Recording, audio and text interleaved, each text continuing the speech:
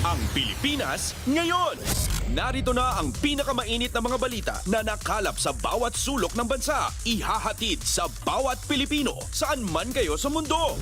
Ang Pilipinas ngayon. Pakinggan ang bawat kaganapan sa bawat lalawigan. Ito ang Pilipinas ngayon.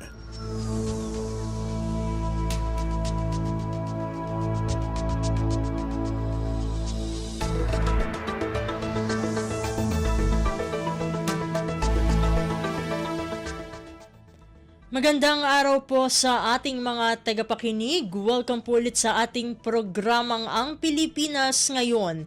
Ito pong muli ang inyong lingkod, Steph Vicente. Samahan niyo po ako sa kabuuan ng ating palatuntunan.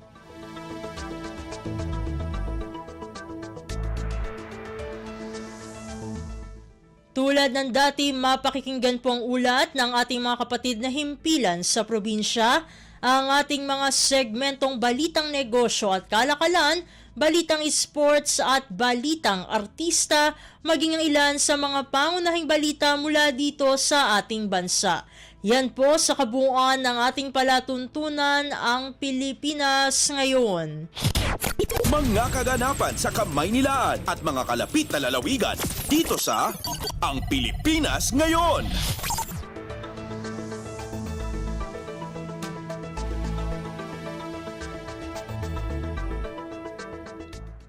Sa mahahalagang balita, formal nang niratipikahan ng Kamara ang Conference Committee Report sa disagreeing votes ng House Bill 10800 o 6.352 trillion peso 2025 General Appropriations Bill.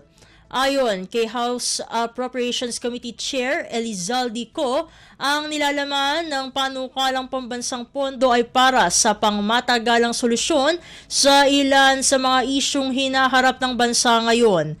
Kasama narito ang 26 billion pesos na alokasyon para sa ayuda para sa Kaposang Kita Program o AKAP na sinusuportahan ng mga senador, gayon din ang pinataas na subsistence allowance ng kasundaluhan.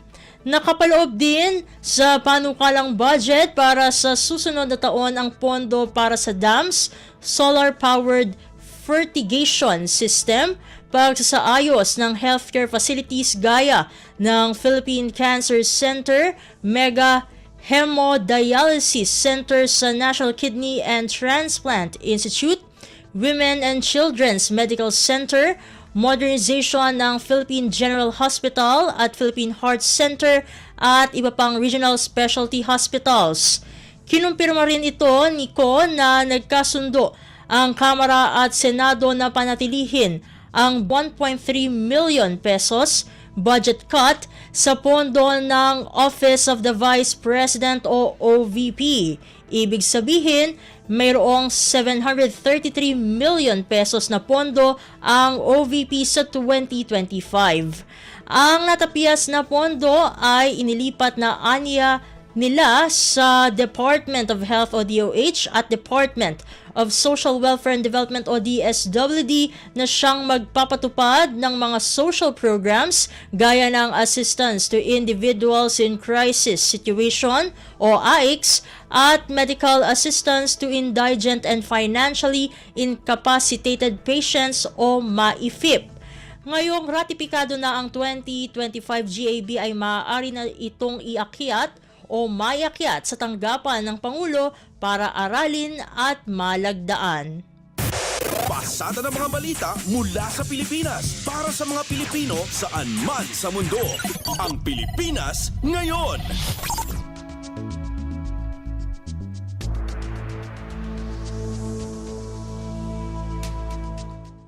Sa kaugnay na balita, niratipikahan na rin ng mataas na kapulungan ng Kongreso ang Bicameral Conference Committee Report para sa panukalang pambansang pondo para sa susunod na taon o ang 2025 General Appropriations Bill o GAB.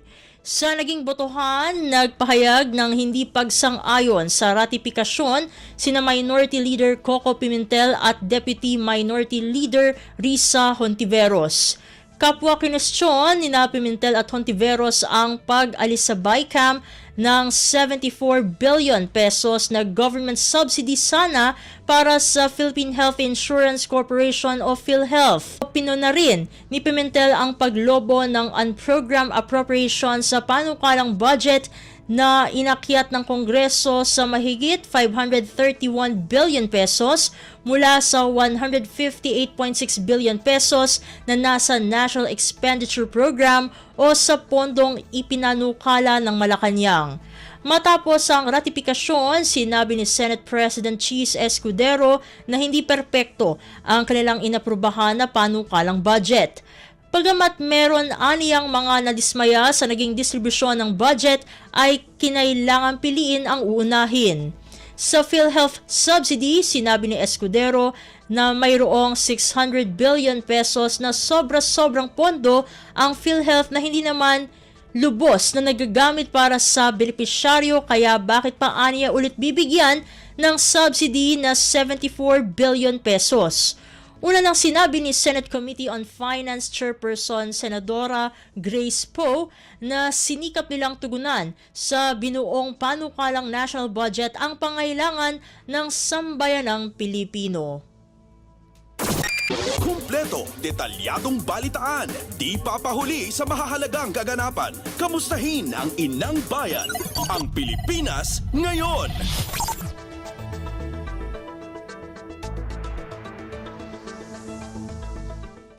Samantala, kitang mawawala mula sa Philippine Offshore Gaming Operators o POGOS dahil sa tuluyan ng pagkawala nito sa bansa simula sa susunod na taon, kayang punuan mula sa ibang sources ayon kay Department of the Interior and Local Government o DILG Secretary John Vic Remulla. Ang detalye ng balita, ihahatid sa atin ni Alvin Baltazar. Walang nakikitang gayong kalaking epekto sa gross domestic product ang magiging tuluyan ng pagkawala ng operasyon ng POGO sa bansa. Sa Malacanang briefing, sinabi ni DILG Secretary John Vic Remulla na 0.25% ng 1% lang ng total GDP ang maaaring maapektuhan ng pagkawala ng POGO. Tiwala si Remulla na kayang mapunan ng iba pang revenue-enhancing measures ng Department of Finance ang 0.25% loss sa GDP na nanggagaling sa POGO. Noong 2023 ay higit 6 na bilyong piso anya ang naging revenue ng pamahalaan mula sa POGO, hindi pa kasama ang iba pang bayad sa buwis at fees na binabayaran din sa DOLE at Bureau of Immigration. Kapag pinagsama-sama naman, ani PAGCOR Chairman Alejandro Tenco ay nasa 20 to 25 billion pesos ang maaaring mawalang immediate revenue sa pamahalaan. Pakinggan natin si DILG Secretary John Vic Remulla. As per NEDA, 0.25 of 1% of total GDP ang maapektuhan. We don't see a significant dent sa economy natin. I think may-make up naman yan sa mga iba pang mga revenue-enhancing measures ng Department of Finance. Mula sa Palasyo ng Malacanang, Alvin Baltazar, Radyo Pilipinas. Pasada ng mga balita mula sa Pilipinas para sa mga Pilipino saan man sa mundo. Ang Pilipinas ngayon.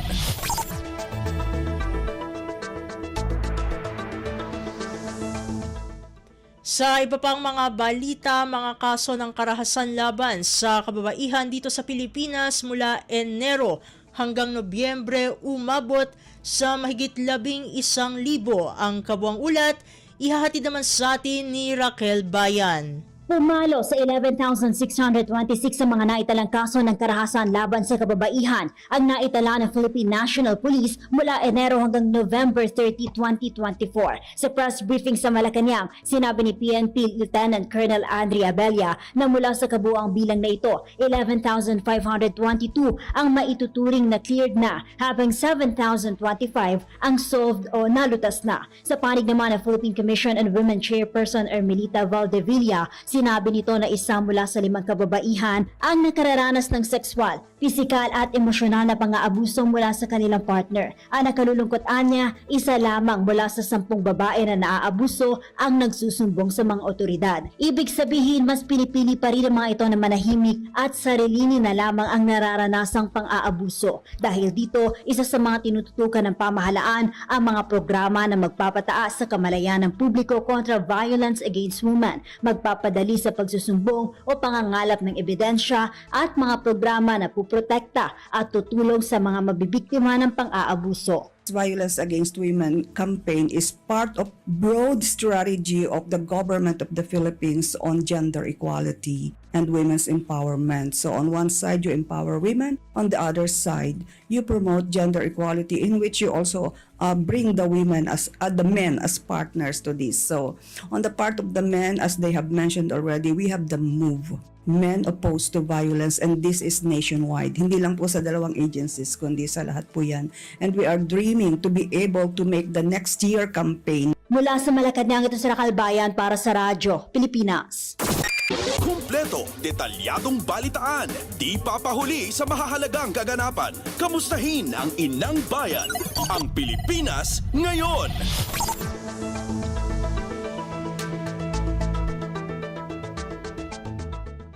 Samantala, Finance Chief binigyang halaga ang corporate governance sa pagkamit ng sustainable economic growth.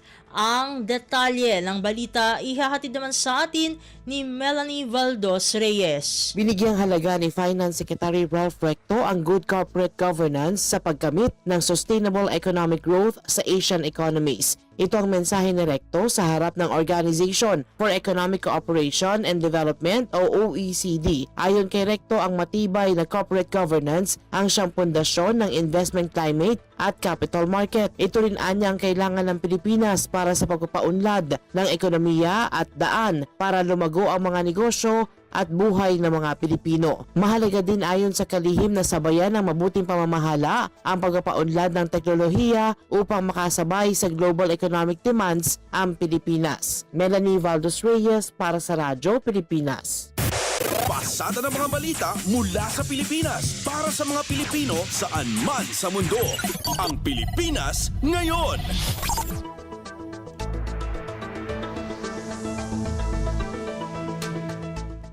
Sa iba pang mga balita, paggamit ng AKAP Fund, hindi discretionary ayon kay Senador Sherwin Gatchalian. Narito si Nympha Asuncion para sa balita. Pinaliwanag ni Senador Sherwin Gatchalian na hindi diskresyon ng mga senador at kongresman ang paggamit ng AKAP o ayuda para sa kapusang kita program ng DSWD. Anya, DSWD pa rin ang masusunod sa paggamit nito pero pwedeng mag-refer ang mga kongresman at senador ng pwedeng pagbigyan basta sang-ayon sa guidelines ng mga beneficiaries. Matatandaang nanatiling may pondo ang AKAP program sa ilalim ng pinal na bersyon ng 2025 National Budget Bill. Pero ayon kay Senate Committee on Finance Chairperson Senadora Grace Poe, nabawasan na ito. Anya, mula sa 39 billion pesos sa bersyon ng Kamara ay ginawa na lang itong 26 billion pesos matapos ang BICAM. Ayon kay Poe, sa kanilang naging talakayan ay naglinawan na magkakaroon na rin ng partisipasyon ng mga senador sa paggamit ng AKAP sa halip ng mga kongresista lamang bilang magkapantayan niya silang kapulungan at para sa transparency at para magkaroon din ng pagkakataon ng mga senador na makatulong sa pamamagitan ng AKAP.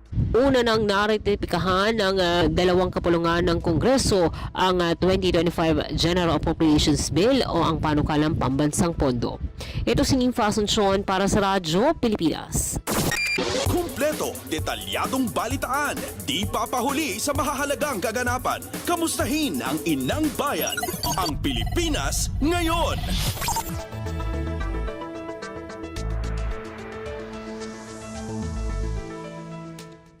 Samantala, pagbabalik ng kapangyarihan ng National Food Authority o NFA panawagan ni Agriculture Secretary Francisco Tiu Laurel Jr. upang mapatatag ang presyo ng bigas sa merkado.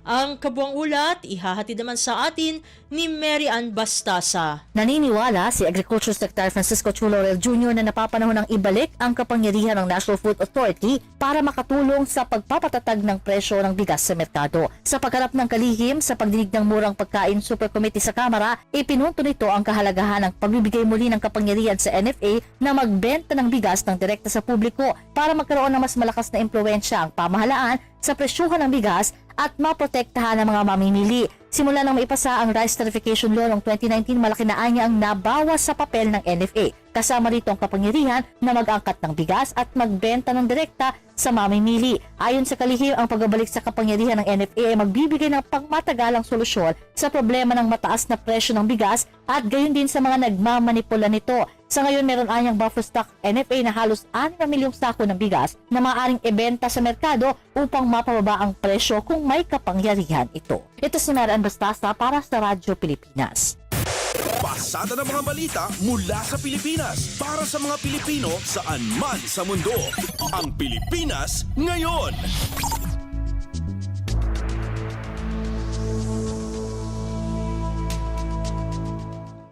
Sa iba pang mga balita, Quinta Committee pinaimbestigahan sa National Bureau of Investigation o NBI ang mga middleman na nagpapataas sa presyo ng bigas. Ang detalye ng balita ihahatid sa atin ni Kathleen Forbes. Sa motion ni House Deputy Majority Leader Janet Garin, inatasan ng Murang Pagkain Super Committee ang National Bureau of Investigation na imbestigahan ang mga middleman kaugnay sa mataas na presyo ng bigas sa mga palengke. Batay kasi sa presentasyon ng Philippine Competition Commission tungkol sa kahinaan ng rice supply chain, lumalabas na mula sa wholesaler patungo sa retailer ay may middlemen, ngunit walang ahensya na nagbabantay o nagpupulis. Malaking palaisipan para sa mga mambabatas kung bakit ang presyo ng bigas ay nasa 55 hanggang 60 pesos kada kilo pa rin, gayong ibinaba naman na sa 15% ang taripa ng imported na bigas. Paniwala ni Garin, maaring kinokontrol ng mga middlemen ang supply ng bigas upang makapagbenta sa mas mataas na presyo. Iginit din ng Lady Solo ng kahalagahan na mapunan ang kakulangan sa Rice Tarification Law na nag-alis sa kapangyarihan ng NFA na gumawa ng mga hakbang upang mapahupa ang presyo ng bigas kapag nagkakaroon ng pagtaas sa halaga nito. Ito si Kathleen Forbes para sa Radyo Pilipinas. Kumpleto, detalyadong balitaan, di papahuli sa mahahalagang kaganapan. Kamustahin ang inang bayan, ang Pilipinas ngayon.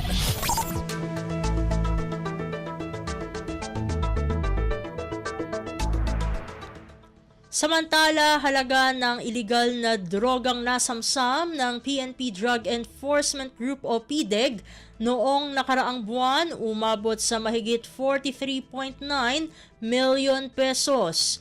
Ang kabuang ulat ihahatid sa atin ni Dayan Lear. Umabot sa mahigit 43.9 million pesos ang halaga ng iligal na droga na nasamsam ng Philippine National Police Drug Enforcement Group o PDEG sa pinaigting nitong kampanya laban sa iligal na droga noong Nobyembre.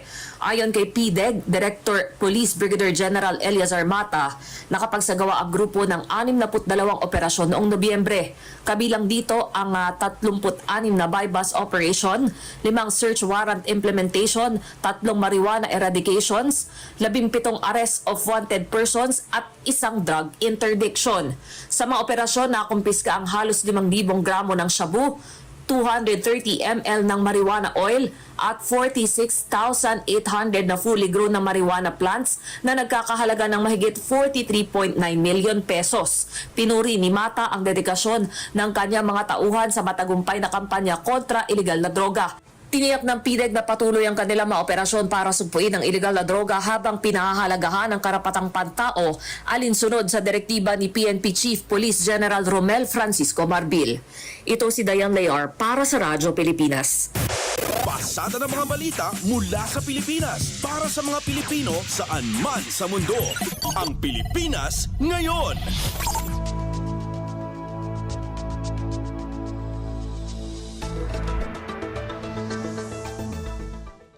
Sa iba pang mga balita, paglalabas sa resulta ng bar examination, hindi babaguhin ng Korte Suprema. Ang detalye ng balita, Ihahatid naman sa atin ni Michael Rogas. Walang mababago sa gagawing announcement ng mga nakapasa sa 2024 bar examination. Ito ay sa kabila ng paglalabas ng Korte Suprema ng ruling na hindi po pwedeng ilantad ang mga score o grado ng mga kumuha ng pagsusulit. Ayon kay Chief Justice Alexander Gesmundo ng Supreme Court, ang ruling ay para sa mga law school na humihingi ng marka ng mga estudyante. Una nang sinabi ng SC na maituturing ito na paglabag sa probisyon ng Data Privacy Act, lalo na kung walang consent o pahintulot dahil itinuturing itong personal na impormasyon. Sa kabila niyan, wala raw mababago sa paglalabas ng resulta ng bar exam ngayong taon kung saan maglalagay ng malaking screen sa harap ng ground ng Supreme Court. Ilalabas ng Korte Suprema ngayong Biyernes, December 13, ang resulta ng 2024 bar exam na ginanap nitong Setyembre. Nasa 10,490 na po ang mga nakatapos na 3 araw na bar exam mula sa 10,504 na kalahok sa mga pagsusulit. Ito si Michael Rogas para sa Radyo Pilipinas. Kumpleto, detalyadong balitaan, di papahuli sa mahahalagang kaganapan. Kamustahin ang inang bayan, ang Pilipinas ngayon.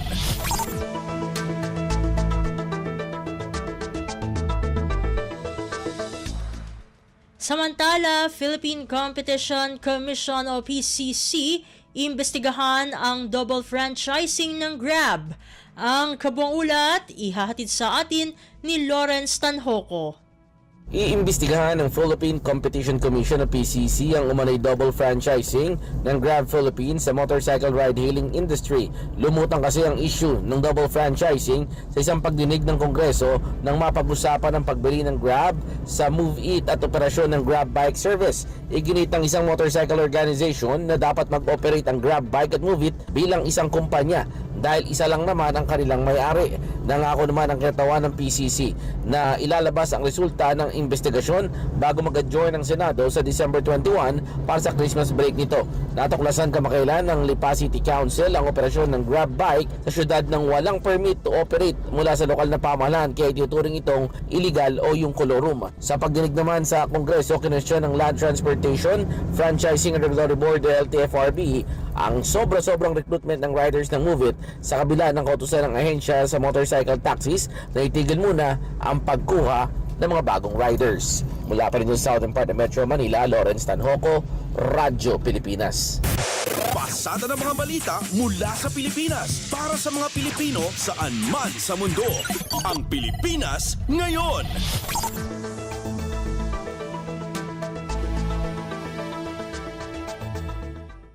Sa iba pang mga balita, Philippine Institute of Volcanology and Seismology o PHIVOLCS hinikayat ang mga residente malapit sa Bulkang Canlaon na manatiling alerto sa posibleng mas matinding pagsabog nito.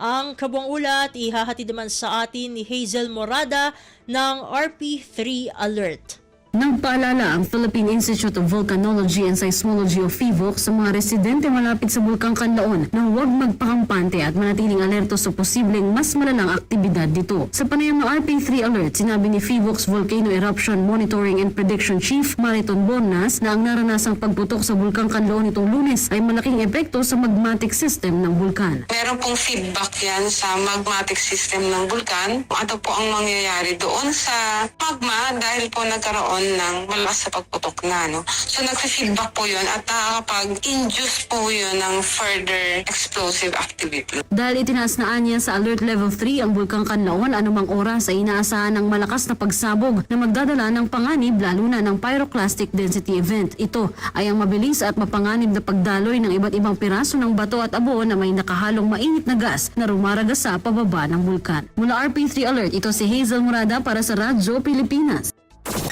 Kumpleto, detalyadong balitaan, di papahuli sa mahahalagang kaganapan. Kamustahin ang inang bayan, ang Pilipinas ngayon.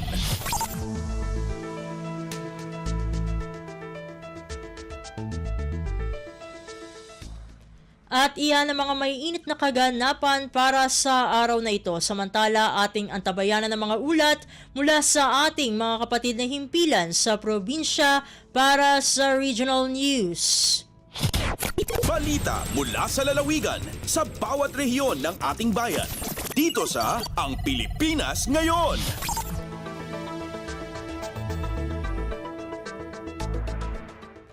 Narito na ang bugso ng ating mga regional news. Dumako muna tayo sa rehiyon ng Luzon. Dalawang pagkilala mula sa Department of Health o DOH na sungkit ng Lawag City General Hospital. Ang kabuang ulat ihahatid sa atin ni Jude Pitpitan mula sa Lawag. Naipresentaran iti Lawag City General Hospital ti Dua at Tropeo. Anaawat na manipod ti Department of Health Regional Field Office 1 gapo iti napintas a pamalakad iti nasaong ospital. Rumrumuar at ti LCGH ket adaan ti 3 Green Star para iti Green Viability Assessment ket na mentinarda iti daytoy atawan. Segun kini Mayor Michael Marcos Kion, tinasong assessment ket kitaan da ti kinadalos ti ospital, malaksi iti daytoy ket iti wagas da nga gibelang kadagiti rugit nga aggapo iti ospital. Malaksi iti takit kitaan pa iti DOH ti resiliency iti panagbalbalo iti panawan dagiti ospital diti Region 1. Irinto ati Integrated Hospital Operation Management Program kat makita mat ti panakaaramid dagiti protocol iti operasyon ti ospital nga agasister kadagiti pasyente. Malaksid laeng iti pamalakad kadagiti inaldaw nga operasyon iti ospital, makita pa iti panaka-streamline ti sistema iti panakamanihir ken dagiti innovation sa mararamid tapno may pa iti napinta sa serbisyo kadagiti umili. Romromar anagun di LCGH dayto ay pamadayaw gapo iti sistematiko apan naka-akomodar dagiti pasyente ti panakausar dagiti baro aramid kas iti CT scan, X-ray kanda dumapay. May palagim nga iti kalabas impakita ti LCGH iti publiko baan iti social media accounts ti cities government kan iti mismo nga ospital dagiti agas aramid ken serbisyo mabalin na gundawayan dagiti umili dito'y syudad. Manipod iti syudad ti Lawag, Jude Pitpitan para iti Radyo Pilipinas World Service. Balita mula sa lalawigan sa bawat rehiyon ng ating bayan. Dito sa Ang Pilipinas Ngayon.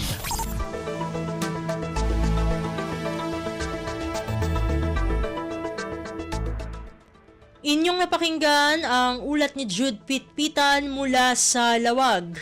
Puntahan naman natin ang Agoo. Pagpapanatili sa lengguwaheng Iloko itinaguyod sa pagdiriwang ng kauna-unahang Wirawir Festival sa La Union. Narito si Glenda Sarak para sa balita. Rinambakan dagiti manurat ng Ilocano ti kaunaan a Wirawir Festival ti La Union anaanga iti syudad ti San Fernando. Kayat sa uwan ti balikas a Wirawir ket nasapa a puloy ti Pasko. Isu nga ti Wirawir Festival ket nasapa a panangrambak iti Christmas. Kabayatan ti festibidad kini daw ni Dr. Sonia Siago manipod iti dimsu ti panakaidunar dagiti Ilocano Literature iti Center for Ilocano Studies ti Universidad Datapno Sadyay e preserba para iti sumaruno a henerasyon. Pinarigtamot ti gunglo dagiti manurat ng Ilocano minugumil Filipinas dagiti padada a manurat ng Ilocano nga itultuloy dati mga putar kadagiti literatura nga Iloco tapno mataginayon ti kinabaknang ti nasao a lengguwahe. May nagitraytoy kini daw pay ni Dr. Siago ti panangputar dagiti Iloco writers iti reading materials para kadagiti babasit nga ubing ang mangilanad iti dakas nga epekto ti illegal a droga tapno dagos a maipasagapsap kadagiti ubing nga awan tinasaya at nga ipaay ti panagaramat iti maiparit a droga. Manipod Radyo Pilipinas Agoo, Glenda Bakungan Sarak para iti Radyo Pilipinas World Service. Balita mula sa lalawigan sa bawat rehiyon ng ating bayan. Dito sa Ang Pilipinas Ngayon.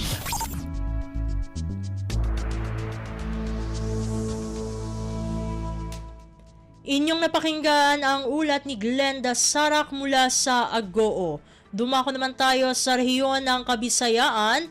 203 magsasaka sa Eastern Samar tumanggap ng titulo ng lupa mula sa split project ng Department of Agrarian Reform o DAR.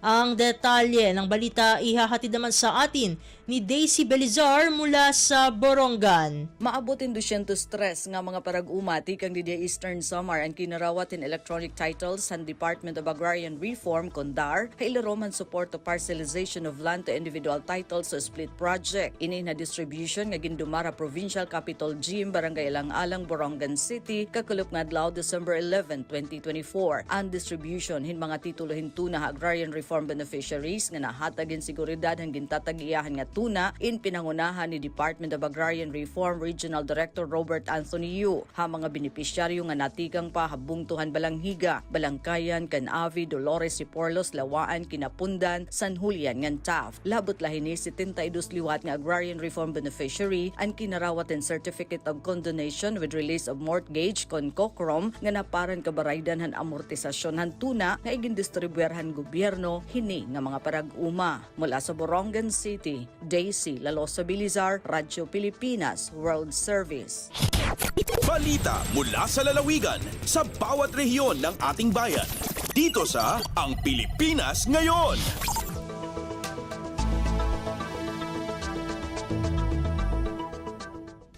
Inyong napakinggan ang ulat ni Daisy Belizar mula sa Borongan. Dumako naman tayo sa Sogod 2024 Seal of Good Local Governance o SGLG Award.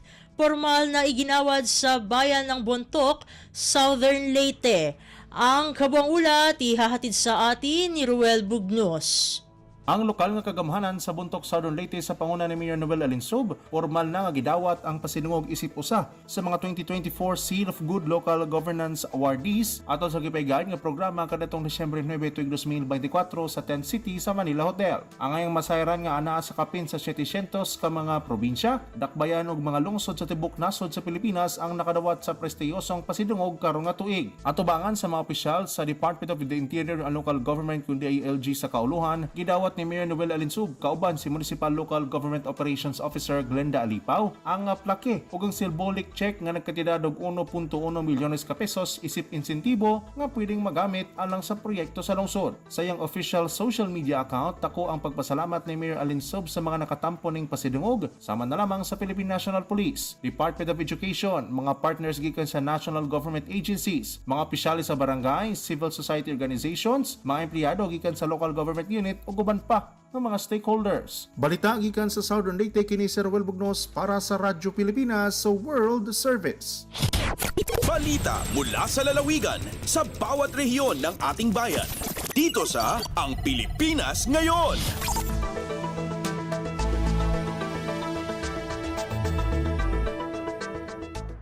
Inyong napakinggan ang ulat ni Ruel Bugnos mula sa Sogod. Dakuin naman natin ang rehiyon ng Mindanao. Mga negosyante sa Cagayan de Oro hinikayat na magparehistro ng maaga gamit ang online system. Ang detalye ng balita ihahatid sa atin ni Ryan Carbon mula sa Cagayan de Oro. Giaghat sa City Finance Department ubos ni City Treasurer Hasmin Maaga ng mga negosyante sa Dakbayan sa Cagayan de Oro nga magparinyo sa ilang business permit pinaagi sa online system. Kini human gipahibalo sa City Finance Department ang pagsugod sa tinuig nga business permit registration and renewal karong umaabot Enero 2 hangtod Enero 20, 2025 diha sa May City Tourism Hall. Ang business permit online system gitanyag sa City Finance Department alang sa kasayon o kaharuhay sa mga negosyante sa Dakbayan nga buot maglukat o kaha magparenew sa ilang business permit. Matod ni Maagad nga nagunang tuyo sa maong online system nga dili na mahasol ang mga magbubuhis pagdalikyat sa City Hall diin kasagaran magpunsisok ang bag-ong duot sa katawhan panahon sa business permit renewal. Gibutyag ni Assistant City Treasurer for Operations Engineer Lionel Mistula nga sobra 30,000 ka mga permitis sa Dakbayan sa Cagayan de Oro ang gilaumang magparenew sa ilang business permit karong tuiga. Gikan sa RP1 Cagayan de Oro, Ryan Carbon para sa Radyo Pilipinas World Service.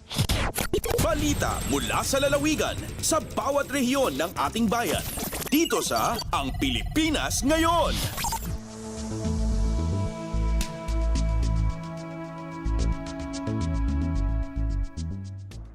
Inyong napakinggan ang ulat ni Ryan Carbon mula sa Cagayan de Oro. Puntahan naman natin ang Zamboanga. Ilang paaralan sa Zamboanga City binigyan ng libreng laptop ng Department of Information and Communications Technology o DICT sa ilalim ng Project Click. Narito si Shirley Espino para sa balita. Cuantos mag-eskwela na syudad sa Zamboanga el recibi el libre laptop estabo na Department of Information and Communications Technology o DICT Region 9 Isang Basulta. El mensyona ayuda mo baho na project courses for literacy on internet and computer knowledge o Project Click. Resentamiento lang el departamento yaman turnover kun al gobyerno lokal i Departamento de Edukasyon el 50 mga laptop kay ayo sa el 10 mga eskwela ke beneficiaryo del mensyonang programa aquí na syudad. Este el primer aktibidad del mencionado proyecto na syudad in Zamboanga Peninsula. Mientras tanto, yarin también gracias al City School Superintendent Dr. Marani Jacinto con el DICT por el buen éxito del programa na Zamboanga. Desde aquí na RP Zamboanga sa si Shirley Espino para na Radyo Pilipinas World Service. Balita mula sa lalawigan sa bawat rehiyon ng ating bayan. Dito sa Ang Pilipinas Ngayon.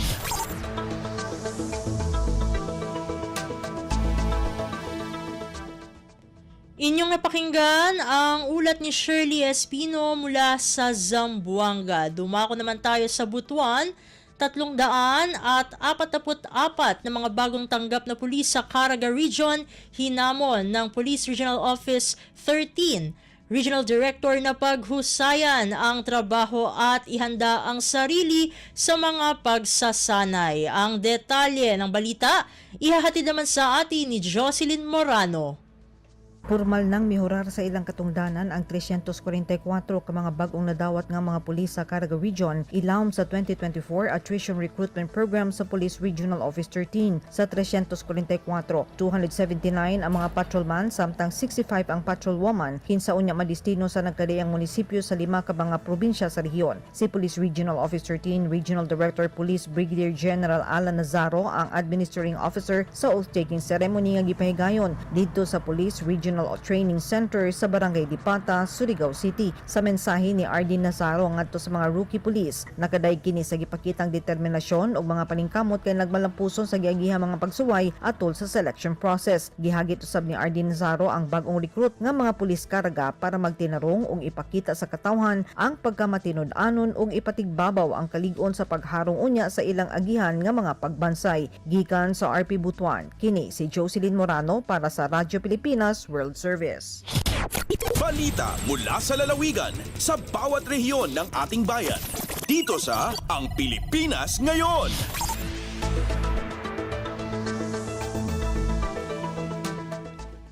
Inyong napakinggan ang ulat ni Jocelyn Morano mula sa Butuan. Puntahan naman natin ang Iligan. DepEd Iligan City kinilala bilang Most Learning Focus Division Champion sa 2024 pasidungog sa Amihanang Mindanao. Ang kabuang ulat ihahatid sa atin ni Sharif Timhar Habib Majid. Sa 14 ka Schools Division sa Department of Education o DepEd sa Northern Mindanao Region, ang Schools Division sa Iligan City maoy giila sa DepEd Region 10 isip Most Learning Focus Division Champion. Kinigipambit atol sa 2024 pasidungog sa Amihanang Mindanao nga gipahigayon ning bag-ulang sa dakbayan sa Cagayan de Oro. Matud ni DepEd Iligan City Schools Division Superintendent Dr. Jonathan De La Peña, importante kaayo ang mong pasidungog kay nagpamatuod kini nga maayo kaayo ang mga tinun-an sa dakbayan. Ipasalamat usab si De La Peña sa lokal nga kagamhanan sa Iligan City, pinaagi sa local school board sa padayon nga suporta niini sa DepEd Iligan. Gawas sa champion, midalaw sab ang DepEd Iligan og laing mga pasidungog sa maong aktibidad nga naglakip sa outstanding teacher, outstanding master teacher, second runner-up sa duet singing competition, best promotional poster, most outstanding school head, first runner-up sa documentary video, best broadcaster, best teaser video, best infomercial ug Kanduri 2024. Gikan sa Radyo Pilipinas Iligan kini Sharif Timhar alang sa Radyo Pilipinas World Service. Balita mula sa lalawigan sa bawat rehiyon ng ating bayan. Dito sa Ang Pilipinas Ngayon.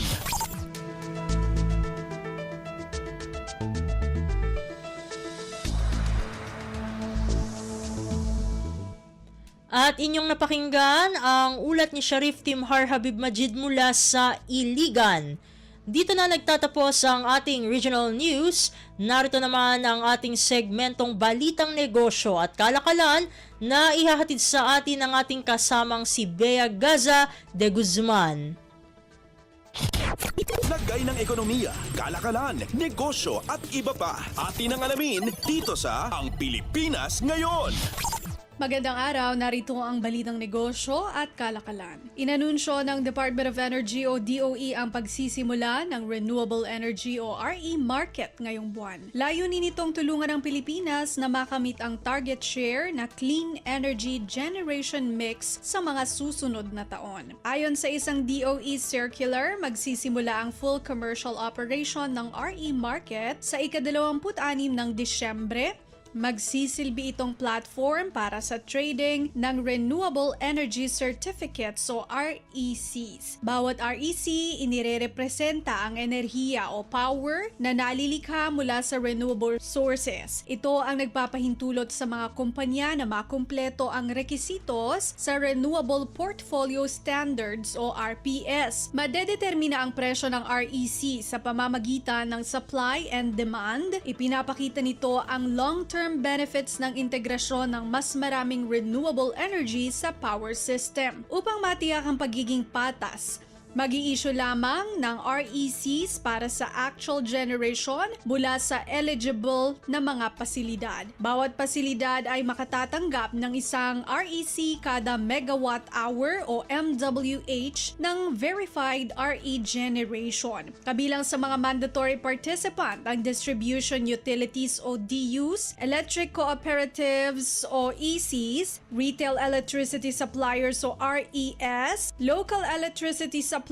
o LRES, suppliers of last resort o solar, SOLR, or generation companies o GenCos. Kasama rin ang off-grid participants tulad ng suppliers ng elektrisidad sa end users sa off-grid areas. Itinakda ng Energy Regulatory Commission o ERC ang price cap na 241 pesos and 56 centavos kada megawatt hour para sa RECs. Lagay ng ekonomiya, kalakalan, negosyo at iba pa. Atin ang alamin dito sa Ang Pilipinas Ngayon. Naglabas ang Social Security System o SSS ng 32.19 billion pesos na halaga ng 13th month at December pensions sa mahigit 3.6 million pensioners. Ito ay upang makatulong sa pagrekubre mula sa sunod-sunod na bagyong tumama sa bansa. Sinabi ni SSS Officer in Charge Voltaire Agas na nakakredit ang pondong inilabas bilang pre-Christmas gift sa SSS at Employees Compensation o EC pensioners. Nakapagbigay ang SSS ng 17.9 billion pesos sa 2.9 million pensioners para sa unang batch noong ika-29 ng Nobyembre. Samantala, sa second batch, namigay ang ahensya ng 14.3 billion pesos sa 1.52 million pensioners. Umaabot sa 41.6 million pesos na halaga ng 13th month at December pensions ang na-disbursed sa mahigit 6,000 pensioners sa pamamagitan ng Peso Net Participating Banks and Checks noong ika-4 ng Desyembre. Nakikipagtulungan ngayon ang SSS sa Philippine Postal Corporation upang maihatid ang mga tseke sa home address ng mga pensioner. Namamahagi ang SSS ng 13th month pension na katumbas ng monthly pension ng SSS at EC pensioners simula noong December 1988. Ayon sa SSS, isa itong paraan upang kilalanin ang kontribusyon ng pensioner sa bansa noong panahong sila'y produktibo pa. Lagay ng ekonomiya, kalakalan, negosyo at iba pa. Atin ang alamin dito sa Ang Pilipinas Ngayon.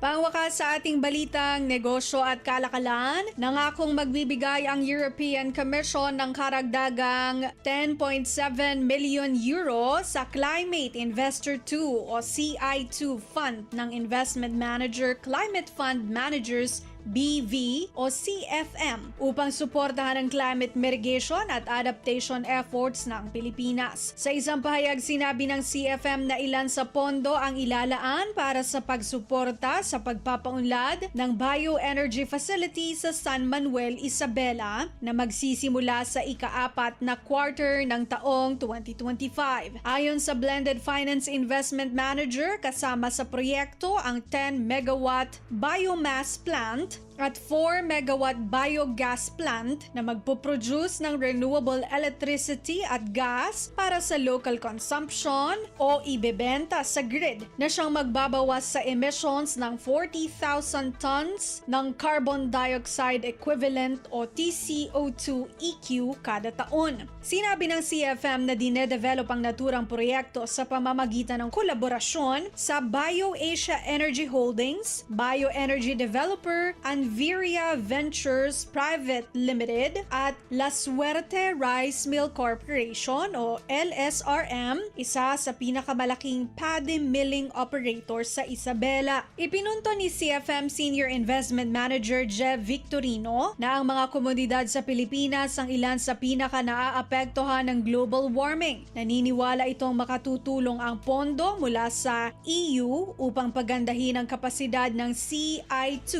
na immobilize ang pamumuhunan ng pribadong sektor lalo na sa mga critical na sektor. Kasama na rito ang transformative circular economy projects tulad ng Isabela Bioenergy Facility. Kasabay ito ng pagsuporta sa mga vulnerableng komunidad at pagsusulong ng green energy transition sa Pilipinas. Ani Ambassador of the EU to the Philippines, Massimo Santoro, nananatiling matibay ang suporta ng EU sa mga vulnerableng rehiyon tulad ng Pilipinas kung saan nakararanas sa mga komunidad ng extreme weather events, tumataas na level ng tubig, dagat at kakulangan sa tubig. Lagay ng ekonomiya, kalakalan, negosyo at iba pa. Atin ang alamin dito sa Ang Pilipinas Ngayon. At yan ang ating balitang negosyo at kalakalan. Ito po si Bea Gaza de Guzman para sa Radyo Pilipinas World Service. Lagay ng ekonomiya, kalakalan, negosyo at iba pa. Atin ang alamin dito sa Ang Pilipinas Ngayon.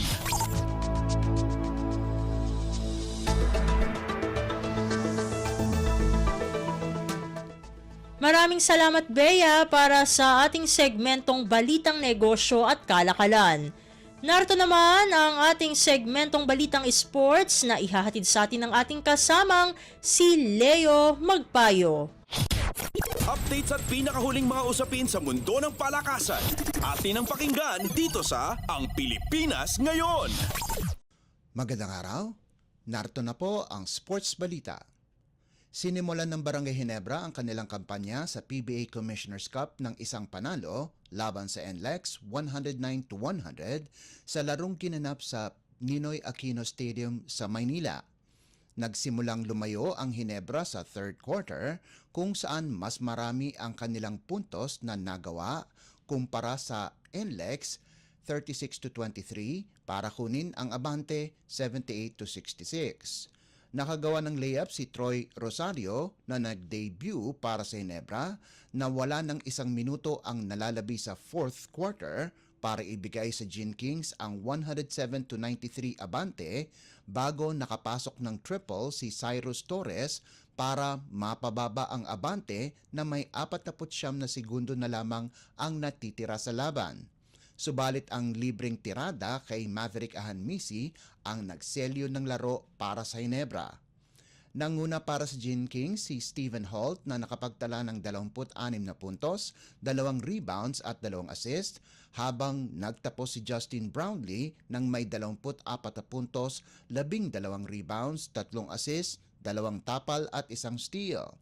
Samantala, nakakuha si Rosario ng 9 na puntos, 7 boards at 3 assists para sa kanyang debut sa Ginebra.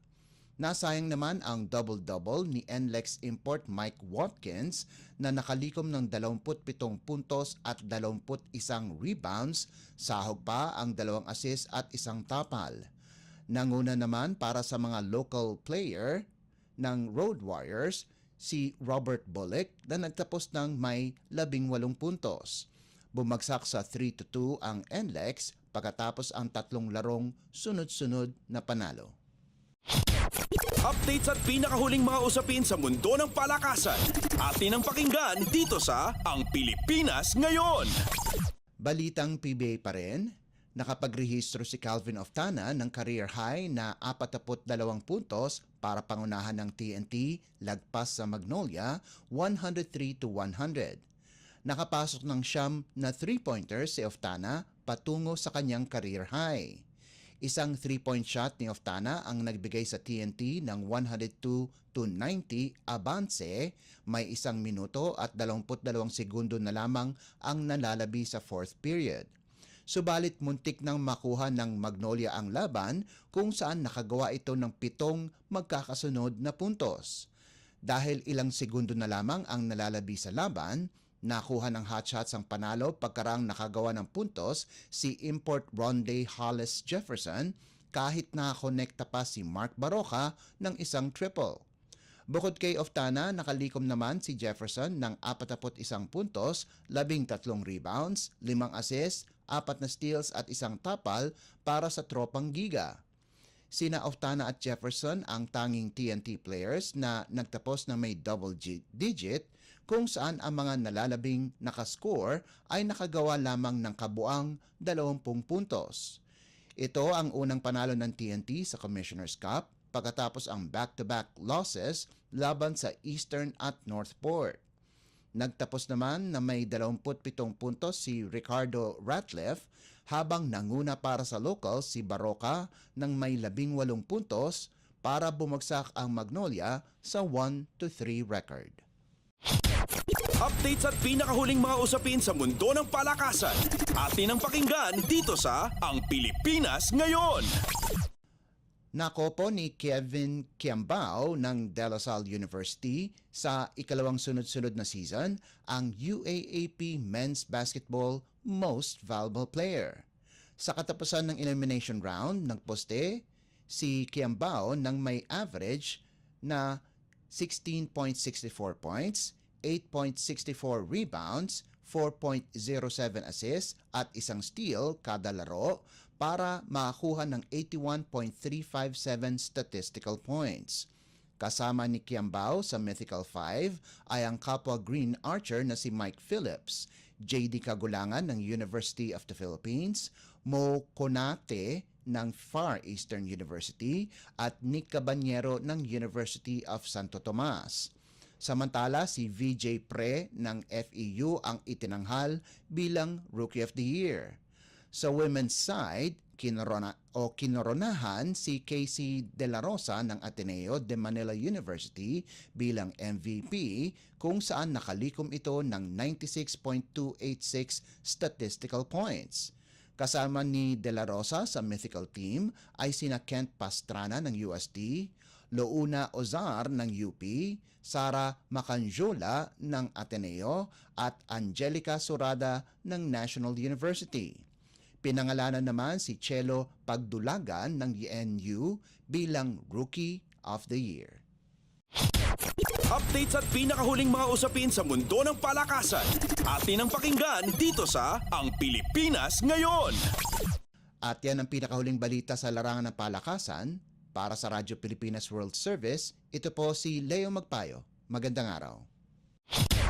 Updates at pinakahuling mga usapin sa mundo ng palakasan. Atin ang pakinggan dito sa Ang Pilipinas Ngayon.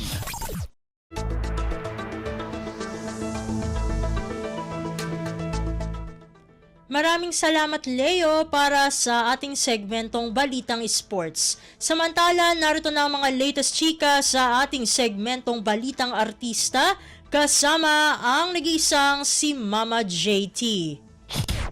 Ang latest, ang hottest sa showbiz and entertainment. Heto na sa Ang Pilipinas Ngayon.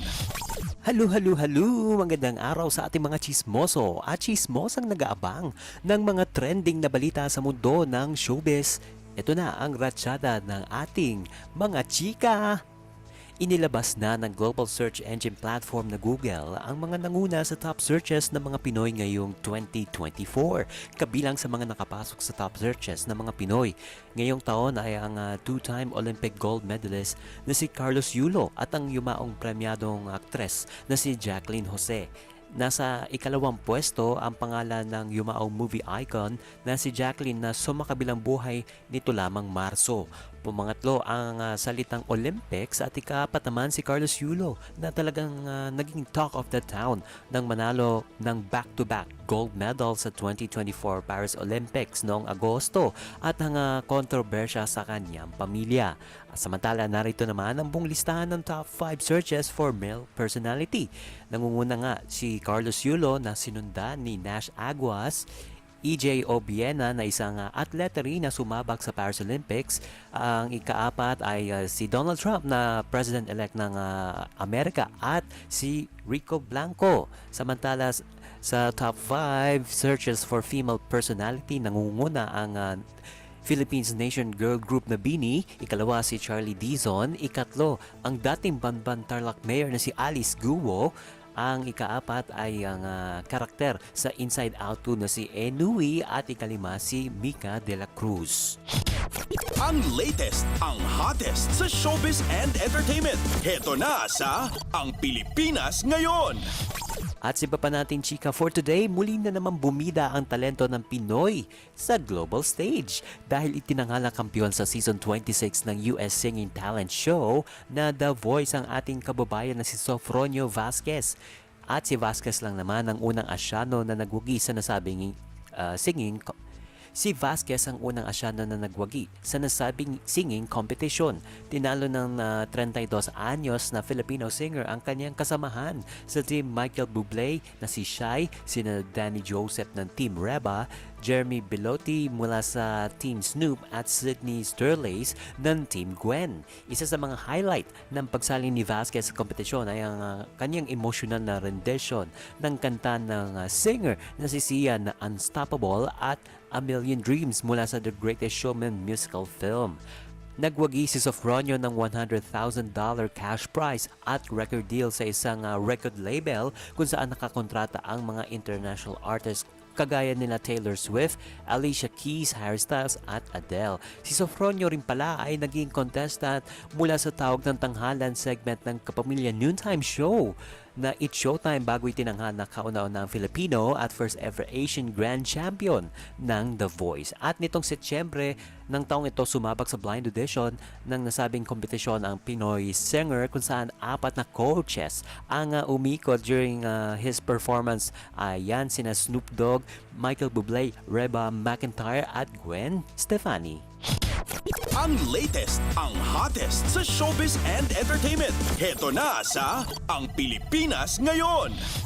At sa huli natin chika for today, tila missing in action ang kapamilya star na si Daniel Padilla upang batiin ang mga bida ng pelikulang Hello Love Again na sina Catherine Bernardo na kanyang ex-girlfriend at syempre ang aktor na si Alden Richards sa tagumpay ng naturang pelikula. Sa episode kasi ng Christopher Minute ni Nanay Christopher Min, may nabasa ito sa dyaryo na tila wala raw pakialam si Daniel sa nasabing pelikula. Komento ni Nanay Christy sa kanyang programa, quote and unquote, syempre wala naman talaga. Ano ba ang magiging pakialam niya doon? Ngunit humirit ang kanyang co-host na si Romel Chica at sinabing dapat nag-congratulate man lang ito kahit papaano. At syempre, sinaway naman ito ng showbiz columnist. Sabi niya, quote and unquote, sa panahon ng social media kung nag-congratulate siya, sisibakin naman siya ng buhay na buhay, walang kalaban-laban. Mas maganda na no talk.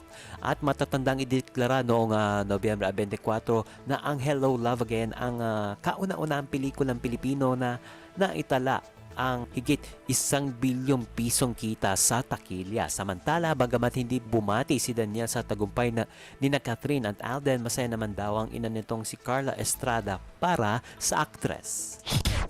Ang latest, ang hottest sa showbiz and entertainment. Heto na sa Ang Pilipinas Ngayon. And OMG, wala na tayong sapat na oras para sa ating balitang artista. Maraming salamat mga kachismis sa pakikinig sa aking mga chika for today. Ako po si Mama JT para sa Radyo Pilipinas World Service. Ang latest, ang hottest sa showbiz and entertainment. Heto na sa Ang Pilipinas Ngayon.